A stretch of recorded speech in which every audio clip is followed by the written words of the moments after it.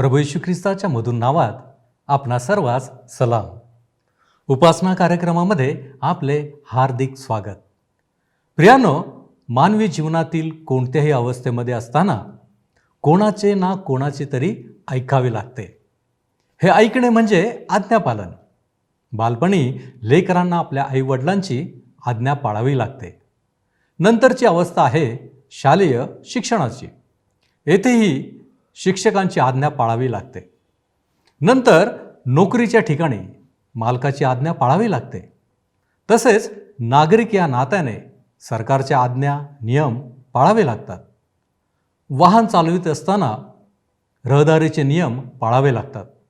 एवढेच नाही तर पतीला पत्नीचे ऐकावे लागते आणि पत्नीला पतीचे ऐकावे लागते. या सर्व उदाहरणांमध्ये आज्ञापालन महत्त्वाचे आहे. काय आम्ही देवाच्या आज्ञा पाळतो? येशूचे आज्ञापालन आमच्यासाठी एक सुंदर उदाहरण आहे. येशूने सदैव आपल्या पित्याच्या इच्छेप्रमाणे केले. पित्याच्या आज्ञांचे पालन केले. आजच्या अध्ययनामध्ये आपण पाहणार आहोत की येशूने पित्याच्या योजना परिपूर्ण करण्यासाठी त्या योजनांप्रमाणे सर्व गोष्टी करण्याचा प्रयत्न केला.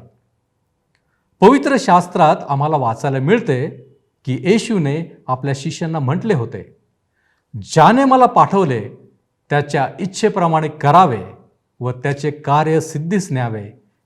माझे हे अन्न आहे. आजच्या अध्ययनात आम्ही काही महत्त्वाच्या गोष्टी पाहणार आहोत. शमरोनी व यहुदी यांच्यामध्ये वैर असतानाही येशूने शमरोनमध्ये जाऊन शमरोनी स्त्रीची भेट घेतली. या भेटीत येशू यहुद्यांचे सर्व विचार पूर्वग्रहांना झुगारून देतो असे आम्हाला दिसते. शमरोनी लोकांचा थोडक्यात इतिहासही आम्हाला शिकायला मिळतो. तसेच शारीरिक संतुष्टीपेक्षा आत्मिक संतुष्टीसाठी आपण कसे तहानलेले असावे हे समजून येते. देवाच्या उपासकाने त्याची उपासना कशी करावी याचे सुंदर मार्गदर्शन आपणास येथे दिसेल. माझी खात्री आहे प्रियांनो, या गोष्टींचे अध्ययन केल्याने, या गोष्टी समजून घेण्याद्वारे आमचे जीवन अधिक बदलून जाणार आहे. तर मग चला प्रियांनो, आपण आजच्या अध्ययनाची सुरुवात करूया. श्रोत्यांनो, आज आम्ही योहानकृत शुभवर्तमान ह्याच्या 4थ्या अध्यायाला सुरुवात करीत आहोत. जर आपणाजवळ नवा करार आहे तर अवश्य उघडा. योहानकृत शुभवर्तमान 4था अध्याय. शोमरोनमधून जात असताना येशूच्या सेवा काळामध्ये एक फार महत्त्वाची घटना घडली आणि त्या घटनेविषयी 4था अध्याय आम्हाला सांगतो. वाचूया श्रोत्यांनो, 4था अध्याय 1 पासून 3 वचने. येशू योहानापेक्षा अधिक शिष्य करून त्यांचा बाप्तिस्मा करीत आहे हे पुरुषांच्या कानी गेले आहे असे जेव्हा प्रभूला कळले, तरी येशू स्वतः बाप्तिस्मा करीत नसे, तर त्याचे शिष्य करीत असत. तेव्हा तो यहुदिया सोडून पुन्हा गालिलात गेला. 3ऱ्या अध्यायातील घटनेनंतर तुरंत ही घटना घडलेली आहे. ही घटना बहुधा डिसेंबर महिन्याच्या 27 तारखेच्या जवळपास घडली असावी. ह्यावेळी बप्तिस्मा करणारा योहान तुरुंगात होता. जेव्हा योहानाला तुरुंगात टाकण्यात आले, तेव्हा येशूने यहुदिया प्रांताला सोडले व परत तो गालिल प्रांतात गेला. आता प्रश्न हा उद्भवतो की त्याने यहुदियाला का सोडले? श्रोत्यांनो, तो नाहकच संघर्षात किंवा समस्येमध्ये पडू इच्छित नव्हता. लक्षात घ्या की तो आपल्या योजनेनुसार, जी योजना स्वर्गीय पित्याने आयोजित केली होती, त्याप्रमाणे आपल्या कार्यामध्ये पुढे जात आहे. त्याने हे स्पष्ट केले की तो पित्याची इच्छा पूर्ण करण्याकरिता ह्या जगात आला. स्वतःच्या जीवनाविषयी बोलताना प्रभू येशूने म्हटले, योहानकृत शुभवर्तमान 10वा अध्याय आणि 18व्या वचनामध्ये, की कोणी तो माझ्यापासून घेत नाही तर मी होऊनच तो देतो. मला तो देण्याचा अधिकार आहे व तो परत घेण्याचाही अधिकार आहे. अर्थात प्रभू येशू स्वतःच्या जीवनाविषयी ह्या ठिकाणी सांगत आहे. तो म्हणतो की ही आज्ञा मला माझ्या पित्यापासून प्राप्त झाली आहे. आता वल्हांडण सणापूर्वी जेव्हा येशूला माहीत होते की त्याची घटका जवळ आली आहे, की त्याने ह्या जगाला सोडून पित्याकडे जावे, लक्षात घ्या की तो आपल्या पित्याच्या योजनेप्रमाणे पुढे जात आहे. श्रोत्यांनो, तो पित्याची इच्छा पूर्ण करण्याकरिता ह्या जगात आला. म्हणून तो गालिल ह्या ठिकाणी पुन्हा गेला आणि गालिलमधील कफरनहूम ह्या ठिकाणी तो गेलेला आहे. 4थं वचन पहा काय सांगतं. आणि त्याला शोम्रोनामधून जावे लागले. त्या स्त्रीपर्यंत पोहोचण्यास तो शम्रोन ह्या ठिकाणामधून गेलेला आहे. 34व्या वचनात तो काय म्हणतो पहा. तो म्हणतो की ज्याने मला पाठविले त्याच्या इच्छेप्रमाणे करावे व त्याचे कार्य सिद्धीस न्यावे, हेच माझे अन्न आहे. त्याला शोम्रोनमधून जाणे भाग होते, कारण तशी पित्याची इच्छा होती. त्याचे लक्ष गालिल येथील काना गाव होते, जिथे त्याने पाण्याचा द्राक्षरस बनवला होता. तेथे एक अंमलदार होता ज्याचा मुलगा आजारी होता आणि प्रभू येशू त्या दिशेने पुढे जात आहे. परंतु शोम्रोनमधून जाणे त्याच्याकरिता अगत्याचे होते. आता गालिल ह्या ठिकाणास जाण्याकरिता 3 रस्ते होते. त्यापैकी तो कुठल्याही मार्गाने जाऊ शकत होता. एक मार्ग होता जो समुद्र किनाऱ्याने पुढे जात होता. तो पिरेया ह्यामधून सुद्धा जाऊ शकत होता, जो यार्देनेच्या पलीकडच्या बाजूने जाणारा रस्ता होता. किंवा श्रोत्यानो, तो शम्रोनमधून जाऊ शकत होता. योसेफस जो इतिहासकार होता तो सांगतो की जरी सरळ रस्ता शोम्रोनमधून जाणारा होता, तरी यहुदी लोक शोम्रोनमधून जात नसत, कारण शोम्रोनी लोक आणि यहुदी ह्यांच्यामध्ये जन्मजात वैर होते. तरी सुद्धा आम्हाला दिसतं की प्रभू येशू शोम्रोनमधून जात आहे. 5वं वचन. मग तो शोम्रोनामधून सुखार नावाच्या नगरास आला. ते याकोबाने आपला मुलगा योसेफ ह्याला दिलेल्या शेताजवळ होते. ह्या ठिकाणी योसेफची कबर जवळच होती. जुन्या रोमी रस्त्याच्या वळणावर सुखारच्या दक्षिणेला प्रभू येशू त्या झऱ्यावर ह्या स्त्रीला भेटतो. 6वं वचन. तेथे याकोबाचा झरा होता. चालून चालून दमलेला येशू तसाच त्या झऱ्यावर बसला. तेव्हा सुमारे 6वा तास होता. रोमी वेळेनुसार 6वा तास म्हणजे संध्याकाळचे 6 वाजले होते. परंतु लक्षात घ्या श्रोत्यानो, आम्ही यहुदी वेळेला अनुसरत आहोत आणि त्यानुसार दुपारचे 12 वाजले होते. येशू थकला होता, त्याला तहान लागली होती आणि तो थकून त्या झऱ्यावर बसला. तो किती पूर्ण मानव होता हे आम्हाला ह्या ठिकाणी आढळते. लक्षात घ्या की योहान त्याला देवाचा पुत्र, परमेश्वर देहरूपाने प्रगट झाला असे सादर करतो. तो म्हणतो शब्द देही झाला. श्रोत्यानो, ही भाषा जरी सोपी वाटते, तरी ह्यामध्ये असे काही स्पष्ट करण्यात आले आहे जे आम्हाला आश्चर्यचकित करणारे आहे. ह्या गोष्टीविषयी विचार करा. अनंत परमेश्वर ह्या पृथ्वीवर मानव रूपात आला आणि तो किती पूर्ण मानव होता हे आम्हाला ह्या ठिकाणी फार स्पष्टपणे आढळते. त्या दिवसात शोम्रोनी लोक एक गरीब लोकांचा समूह होता. 7वं वचन. तेथे शोम्रोनाची एक स्त्री पाणी काढावयास आली. तिला येशू म्हणाला, मला प्यावयाला पाणी दे. प्रभू येशू फार वेगळ्या प्रकारे तिच्याशी व्यवहार करीत आहे. निकदेम आणि ही स्त्री परस्पर विरोधी आहेत. तो ह्या स्त्रीशी फार सौम्यतेने बोलत आहे. तो तिला पिण्यासाठी पाणी मागतो. श्रोत्यानो, तो स्वतः जीवनाचे पाणी होता, तरी ह्या ठिकाणी तो तिला पिण्याकरिता पाणी मागत आहे. 8वं वचन पुढे आम्हाला सांगतं. 4था अध्याय 8वं वचन. कारण त्याचे शिष्य अन्न विकत घ्यावयास नगरात गेले होते. खरे पाहता त्याचे शिष्य शोम्रोनांच्या हातचे पकवलेले भोजन खरीदण्याकरिता गेले होते. ह्यावरून आम्हाला एकच गोष्ट स्पष्ट होते की यहुद्यांचे सर्व जे विचार होते, जे पूर्वग्रह होते, ते तो ह्या ठिकाणी झुगारून देत आहे. कारण यहुदी लोक शोम्रोन्यांचे भोजन अशुद्ध आणि शोम्रोनी लोक अशुद्ध असे मानत असत. 9वं वचन पुढे आम्हाला सांगतं. तेव्हा ती शोम्रोनी स्त्री त्याला म्हणाली, आपण यहुदी असता माझ्यासारख्या शोम्रोनी स्त्रीजवळ प्यावयाला पाणी मागता हे कसे? कारण यहुदी शोम्रोनी लोकांबरोबर संबंध ठेवीत नसत. आम्हाला दिसतं श्रोत्यानो की 2दा ती प्रभू येशू ख्रिस्ताची विनंती झुगारीत आहे. असं वाटतं तिच्या बोलण्यावरून की ती उद्धट, चढेल, मान न राखणारी, आदरहीन अशी असावी.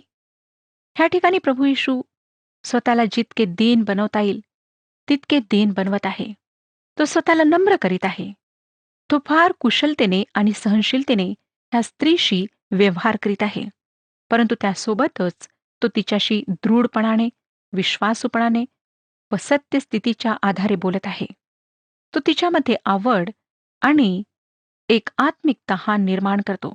10वं वचन, येशूने तिला उत्तर दिले, देवाचे दान म्हणजे काय आणि मला प्यावयास पाणी दे असे तुला म्हणणारा कोण आहे हे तुला कळले असते तर तू त्याच्याजवळ मागितले असते आणि त्याने तुला जिवंत पाणी दिले असते. तो तिच्या कुतूहलाप्रमाणे जेव्हा बोलू लागतो तेव्हा तिची वागणूक एकदम बदलते. 11 आणि 12 वचने, ती त्याला म्हणाली, महाराज, पाणी काढाव्यास आपल्याजवळ पोहरा नाही व विहीर तर खोल आहे.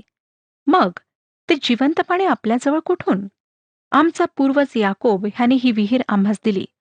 तो स्वतः, त्याचे मुलगे व त्याची गुरेढोरे हिचे पाणी पित असत. त्याच्यापेक्षा आपण मोठे आहात काय? ती त्याला ह्या ठिकाणी महाराज असे संबोधते. आता श्रोत्यानो, तिची वागणूक उद्धटपणाची नाही. पूर्ण मुद्दा हा आहे की ती शारीरिक बाबतीत विचार करीत आहे. त्या विहिरीतल्या पाण्याची जी पातळी होती त्यापेक्षा तिच्या विचारांची पातळी अधिक वरची नाही. लक्षात घ्या की ती स्वतःला याकोबाशी जोडत आहे आणि हे ती जाणून बुजून करते. शोम्रोनी याकोबाचे वंशज ख्रिस्तपूर्व 721 मध्ये इस्रायल जेव्हा आशुरी लोकांच्या गुलामीत गेले तेव्हा उत्तरेकडील लोकांशी त्यांनी विवाह संबंध जुळवला आणि त्यांच्यापासून जे लोक नंतर निर्माण झाले ते शोम्रोनी होते. 13 आणि 14 वचने पहा काय सांगतात. येशूने तिला उत्तर दिले, जो कोणी हे पाणी पिईल त्याला पुन्हा तहान लागेल, परंतु मी देईन ते पाणी जो कोणी पिईल त्याला कधीही तहान लागणार नाही. जे पाणी मी त्याला देईन ते त्याच्यामध्ये सार्वकालिक जीवनासाठी उकळत्या पाण्याचा झरा असे होईल.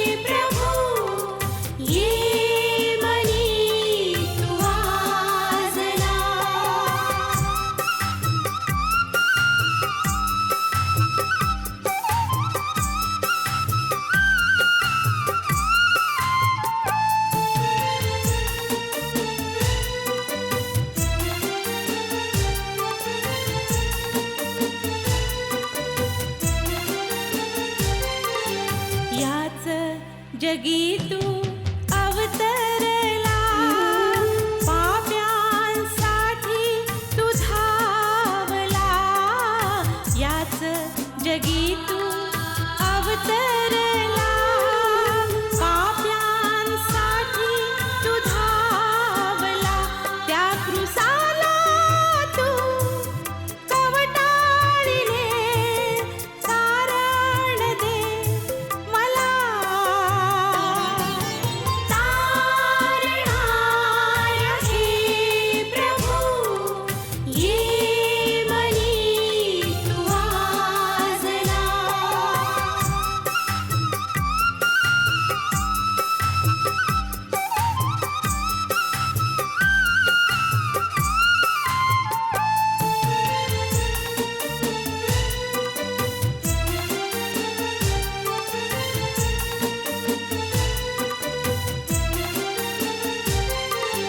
तिसरे दिवशी प्रभात समयी धुंड उखडली थडग्यावरुनी. तिसरे दिवशी प्रभात समयी धुंड उखडली थडग्यावरुनी. विजयी झाला प्रभू त्या मारणी, सांगा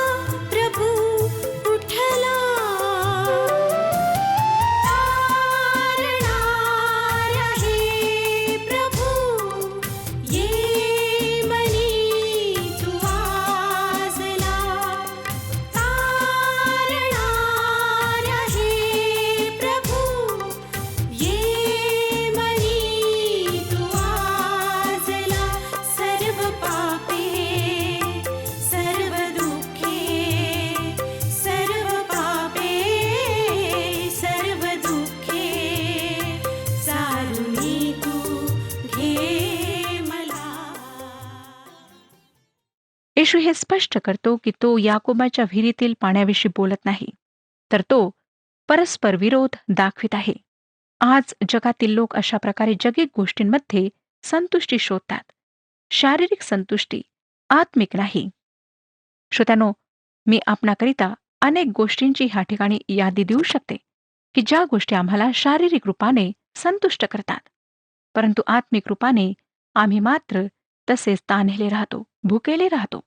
15वं वचन, ती स्त्री त्याला म्हणाली, महाराज, मला तहान लागू नये व पाणी काढावयास मला येथवर येणे भाग पडू नये म्हणून ते पाणी मला द्या. ह्या ठिकाणी आम्हाला दिसतं की ती आत्मिक पाण्यासाठी तान्हेली होती, परंतु पुन्हा तिचे विचार त्या विहिरीतल्या पाण्याकडे जातात, त्या झऱ्याच्या पाण्याकडे जातात. 16वं वचन, तो तिला म्हणाला, तू जाऊन आपल्या नवऱ्याला बोलावून आण. जरी हे पाणी सर्वांकरिता उपलब्ध आहे, तरी ते प्राप्त करण्याकरिता एक अट मात्र आहे, आणि ती अट म्हणजे आपणाजवळ तहान असायला हवी आणि आवश्यकता असायला हवी. त्यासाठी तिने हे ओळखायला हवे होते की ती पापी आहे. म्हणून प्रभू येशू तिला म्हणतो, जा तुझ्या नवऱ्याला बोलावून आण. श्रोत्यानो, हा एक फार नाजूक असा विषय होता. 17 आणि 18 वचने, ती स्त्री म्हणाली, मला नवरा नाही. येशूने तिला म्हटले, मला नवरा नाही हे ठीक बोललेस, कारण तुला 5 नवरे होते आणि आता जो तुझ्या बरोबर आहे तो तुझा नवरा नाही हे तू खरे सांगितलेस. तिचे म्हणणे अगदी बरोबर होते. जरी श्रोत्यानो, ही स्त्री उद्धट होती, तिचे चरित्र कसेही असेल, परंतु ती ह्या ठिकाणी खरे बोलत आहे. तिचे 5 पती होते, पण एक सुद्धा तिच्यासोबत नव्हता. ती व्यभिचारी स्त्री होती. आमचा प्रभू जोर देतो की जेव्हा आपण त्याच्याकडे येता तेव्हा आपण पापांना जाणून घ्यावे. स्वतःची जी भयंकर अशी पापी स्थिती आहे तिला आपण समजून घ्यावे. ह्या ठिकाणी एक पापी स्त्री आम्हाला आढळते. तिला खरे पाहता येशूचे बोलणे ऐकून धक्का बसला होता, परंतु धार्मिक बाबींवर वाद सुरू करून तिने विषय बदलला. 19 आणि 20 वचने पहा काय सांगतात. ती स्त्री त्याला म्हणाली, महाराज, आपण संदेष्टे आहात हे आता मला समजले. आमच्या पूर्वजांनी ह्याच डोंगरावर उपासना केली आणि तुम्ही म्हणता जेथे उपासना केली पाहिजे ते स्थान एरुश्लेमेत आहे.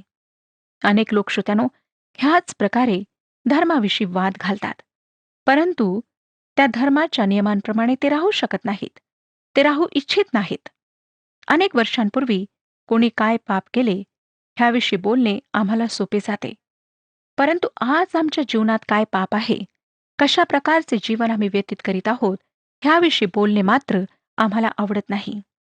जो प्रश्न तिने उपस्थित केला त्या आधारावरच तो आता तिच्याशी बोलत आहे. 21 आणि 22 वचने सांगतात, येशू तिला म्हणाला, बाई, तुम्ही पित्याची उपासना ह्या डोंगरावर व एरुश्लेमेतही करणार नाही अशी वेळ येत आहे, हे माझे खरे मान. तुम्हाला ठाऊक नाही अशाची उपासना तुम्ही करीता, आम्हाला ठाऊक आहे अशाची उपासना आम्ही करीतो, कारण यहुदातूनच तारण आहे. आता ह्या ठिकाणी प्रश्न आहे की का? 23 आणि 24 वचने पुढे सांगतात, तरी खरे उपासक आत्म्याने व खरेपणाने पित्याची उपासना करतील अशी वेळ येत आहे, किंबहुना आलीच आहे, कारण आपले उपासक असे असावे अशी पित्याची इच्छा आहे. देव आत्मा आहे आणि त्याच्या उपासकांनी त्याची उपासना आत्म्याने व खरेपणाने केली पाहिजे. श्रोत्यानो, आपण कोठे उपासना करता हे महत्वाचे नाही, परंतु कशा प्रकारे उपासना करता हे महत्वाचे आहे. येशूने ह्या ठिकाणी तिला फार चांगले उत्तर दिले. परमेश्वर आत्मा आहे. तुम्हाला इकडे तिकडे भटकण्याची गरज नाही. खरे उपासक परमेश्वराची उपासना आत्म्याने आणि खरेपणाने करतात. 25वे वचन, ती स्त्री त्याला म्हणाली, मशीहा ज्याला ख्रिस्त म्हणतात तो येणार आहे हे मला ठाऊक आहे. तो आल्यावर आम्हाला सर्व गोष्टी सांगेल. ह्यावरून आम्हाला आढळतं की शोम्रोनी लोक सुद्धा मसीहाची वाट पाहत होते. श्रोत्यानो, आज जे ख्रिस्ताचे आहेत ते त्याच्या दुसऱ्या आगमनावर विश्वास ठेवतात आणि त्यावर प्रेम करतात. पुढे आपण 26वे वचन वाचूया. येशू तिला म्हणाला, जो तुझ्याबरोबर बोलत आहे तो मी तोच आहे. हे विधान किती विलक्षण आहे श्रोत्यानो. ह्या स्त्रीला जगाच्या तारणाऱ्या पुढे समोरासमोर आणण्यात आले. आज माझा आपणाला प्रश्न आहे, आपण कोणीही असा, कसेही असा, कोठेही राहणारे असा, काय आपण तारणाऱ्या प्रभू येशू समोर ह्या स्त्रीप्रमाणे समोरासमोर आलेले आहात? तो म्हणतो की जो तुझ्याबरोबर बोलत आहे तो मी तोच आहे. 27 ते 29 वचने पहा. इतक्यात त्याचे शिष्य आले आणि तो एका स्त्रीबरोबर बोलत आहे ह्याचे त्यांना आश्चर्य वाटले. तरी आपण काय विचारित आहात किंवा आपण तिच्याबरोबर का बोलत आहात असे कोणी म्हटले नाही. ती स्त्री तर आपली घागर तेथे टाकून नगरात गेली व लोकांना म्हणाली, चला, मी केलेले सर्व काही ज्याने मला सांगितले तो मनुष्य पहा. तोच ख्रिस्त असेल काय? ती ह्या ठिकाणी स्त्रियांशी बोललेली नाही. ती गेली आणि तिने पुरुषांशी बोलणे केले. कदाचित श्रोत्यानो, तिचा अधिक परिचय पुरुष वर्गाशी होता. आता काय घडले पहा, 30वे वचन सांगतं, तेव्हा ते नगरातून निघून त्याच्याकडे येऊ लागले. तिच्या साक्षीवरून ते तेथे आलेत. हे पाहणे आमच्यासाठी फार महत्वाचे आहे. तिने दुसऱ्यांना साक्ष दिली हे तिच्या विश्वासाचे प्रमाण आहे. श्रोत्यानो, जेव्हा आमचा ख्रिस्तावर विश्वास असतो तेव्हा आम्ही सुद्धा अशा प्रकारे साक्ष देतो. आम्ही आमची साक्ष लपवून ठेवू शकत नाही. 31 ते 34 वचने. शिष्य त्याला विनंती करू लागले की गुरुजी जेवा, परंतु तो त्यांना म्हणाला, तुम्हाला ठाऊक नाही असे अन्न माझ्याजवळ खावयाला आहे. ह्यावरून शिष्य एकमेकास म्हणू लागले, ह्याला कोणी खावयास आणले असेल काय? येशू त्यांना म्हणाला, ज्याने मला पाठविले त्याच्या इच्छेप्रमाणे करावे व त्याचे कार्य सिद्धीस न्यावे, हेच माझे अन्न आहे. श्रोत्यानो, शोमरोनमधून जाऊन ह्या स्त्रीपर्यंत पोहोचणे हे पित्याच्या इच्छेप्रमाणे आणि योजनेप्रमाणे होते. 35 ते 38 वचने. अजून 4 महिन्यांचा अवकाश आहे, मग कापणी येईल असे तुम्ही म्हणता की नाही? पहा, मी तुम्हाला म्हणतो, आपली नजर वर टाकून शेते पहा. ती कापणीसाठी पांढरी होऊन चुकली आहेत. कापणारा मजुरी मिळवितो व सार्वकालिक जीवनासाठी पीक एकवट करीतो, ह्यासाठी की पेरणाऱ्याने व कापणाऱ्यानेही एकत्र आनंद करावा. एक पेरतो व एक कापतो अशी जी म्हण आहे ती ह्या बाबतीत खरी आहे. ज्यासाठी तुम्ही श्रम केले नव्हते ते कापावयाला मी तुम्हाला पाठविले. दुसऱ्यांनी श्रम केले होते व तुम्ही त्यांच्या श्रमाचे वाटेकरी झाला आहात. हे डिसेंबर महिन्यामध्ये घडले हे स्मरणात असू द्या. त्या भागामध्ये श्रोत्यानो, एप्रिल महिन्यामध्ये पीक निघत असे. आज आमचे काम आहे पेरणे, परमेश्वराचे वचनरूपी बीज पेरणे. एक पेरतो आणि दुसरा पीक गोळा करतो. 39व्या वचनामध्ये आम्हाला वाचायला मिळतं की मी केलेले सर्व काही त्याने मला सांगितले अशी साक्ष देणाऱ्या त्या स्त्रीच्या बोलण्यावरून त्या नगरातील पुष्कळ शोमरोनी लोकांनी त्याच्यावर विश्वास ठेवला. अनेक लोकांनी येशूवर विश्वास ठेवला. तिची साक्ष इतकी जबरदस्त, इतकी प्रभावी होती की अनेक लोकांनी तिने जे सांगितले त्यावरून प्रभू येशूवर विश्वास ठेवला. 40 ते 42 वचने. म्हणून शोमरोनी त्याच्याकडे आल्यावर त्यांनी त्याला आपल्या इथे राहण्याची विनंती केली. मग तो तेथे 2 दिवस राहिला. त्याच्या वचनावरून आणखी कितीतरी लोकांनी विश्वास धरला आणि ते त्या स्त्रीला म्हणाले, आता तुझ्या बोलण्यावरूनच आम्ही विश्वास धरतो असे नाही, कारण आम्ही स्वतः ऐकले आहे, हा खचित जगाचा तारणार आहे हे आम्हाला कळले आहे. त्यांच्याकरिता एकच अट होती, तहान. ते जिवंत पाण्याजवळ आले आणि प्यायलेत. जे आपण पापी आहात हे आपण ओळखणार नाही तोपर्यंत आपणाला तहान आहे हे आपण जाणून घेऊ शकणार नाही. आमच्या प्रभूने तेच आमंत्रण योहान शुभवर्तमान 7 अध्याय 37व्या वचनामध्ये दिले. तो म्हणाला, कोणी तहानेला असला तर त्याने माझ्याकडे यावे आणि प्यावे. जीवनाचे पाणी प्रत्येकाकरिता आहे, पण अट आहे, आपणामध्ये तहान असायला हवी. अनेक शोमरोनी त्याच्याकडे आले आणि ते पाणी प्यायलेत. आज सुद्धा तारलेल्या व्यक्तीच्या जीवनाच्या प्रभावाद्वारे अनेक लोक तारण पावत आहेत. मातेच्या जीवनाच्या प्रभावामुळे लेकरांचे तारण होत आहे. माता पित्यांच्या जीवनाच्या प्रभावामुळे त्यांची लेकरे, कुटुंबातील इतर जण ह्यांचे तारण होत आहे. अनेक मित्र आहेत ज्यांच्या जीवनाच्या प्रभावामुळे दुसऱ्या लोकांचे तारण होत आहे. श्रोत्यानो, आमच्या जीवनाची साक्ष ही फार महत्वाची आहे. पुष्कदा आम्ही हे विसरून जातो. मला आपणाला एक प्रश्न विचारू द्या की काय आपण आपली साक्ष समाजामध्ये, मंडळीमध्ये, कुटुंबामध्ये कायम केली आहे? काय आपल्या साक्षीचा प्रभाव लोकांच्या जीवनावर पडत आहे? किंवा आपल्या जीवनातील प्रभावामुळे लोक ठोकर खात आहेत, ख्रिस्तापासून दूर जात आहेत? जर असं आहे तर आपणाला परिवर्तित होण्याची आवश्यकता आहे. प्रार्थना करा. परमेश्वर ह्या विषयात आपली अवश्य मदत करेल. आपल्या जीवनाचं परीक्षण करा. ज्या काही वाईट गोष्टी आहेत, ज्या काही अशा गोष्टी आहेत ज्या लोकांना परमेश्वरापासून दूर नेत आहेत, त्या दूर करण्याचा प्रयत्न करा. परमेश्वर ह्या विषयात आपले मार्गदर्शन करो आणि आपणाला आशीर्वाद देऊ. हा कार्यक्रम आपणास आवडला काय?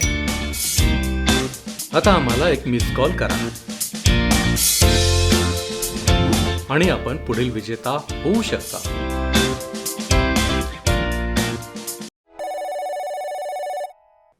प्रभूची स्तुती असो. प्रियानो, माझी खात्री आहे की आजचे अध्ययन आपणास आवडले असेल. आज आपण आपल्या अंतःकरणाचे परीक्षण करूया. काही प्रश्न आपण आपल्या अंतःकरणाला विचारूया. काय मी देवाच्या आज्ञांचे पालन करीत आहे? काय देवाच्या योजनांमध्ये माझा सहभाग आहे? काय शमरोनी स्त्रीप्रमाणे भौतिक गोष्टींच्या मागे माझे विचार, माझी कृती आहे? खऱ्या देवाची मला ओळख झाली आहे का? त्या जिवंत देवाची उपासना मी आत्म्याने आणि खरेपणाने करीत आहे काय? माझी तहान कोणत्या गोष्टींसाठी आहे? देवापासून काही लपविण्याचा माझा प्रयत्न आहे काय? पापाची जाणीव मला झाली आहे काय? साक्ष देण्यासाठी माझ्या जीवनात काही घडले आहे काय? प्रियांनो, प्रभू येशू तुमच्याकडे आपले लक्ष लावून आहे. तो तुम्हाला जवळ घेऊ इच्छितो. त्याला तुम्ही प्रतिसाद कसा देणार? आपण प्रार्थना करू. सर्वसेनाधीश परमेश्वर देव बापा, मान, महिमा आणि गौरव आम्ही तुला देतो. तो आमचा जिवंत देव, आमची काळजी घेणारा, आम्हाला सहाय्य करणारा, आम्हाला मार्गदर्शन करणारा. होय प्रभूजी, आज तुझ्या वचनांच्याद्वारे आज आम्ही अंतर्मुख झालेलो आहोत. आम्ही आमच्या अंतःकरणाचं परीक्षण करतो आणि तुला विनंती करतो, तू आम्हाला शिकव, तू आम्हाला मार्गदर्शन कर, तू आमचा ताबा घे. आम्हाला बहकू देऊ नकोस, आम्हाला भटकू देऊ नकोस. प्रभू, आम्ही तुझे आहोत, तो आम्हाला जवळ घेतो, यामध्येच आम्हाला आनंद आहे. आणि म्हणून प्रभूजी, आम्ही आमची सर्व गोष्टींची काळजी न करता सर्व काही तुझ्या हातामध्ये सोपवतो. आणि या विनंत्या, या मागण्या धन्य तारक प्रभू येशू ख्रिस्त याच्याद्वारे करतो, म्हणून तू ऐक. आमेन. परमेश्वर आपणास आशीर्वादित करो.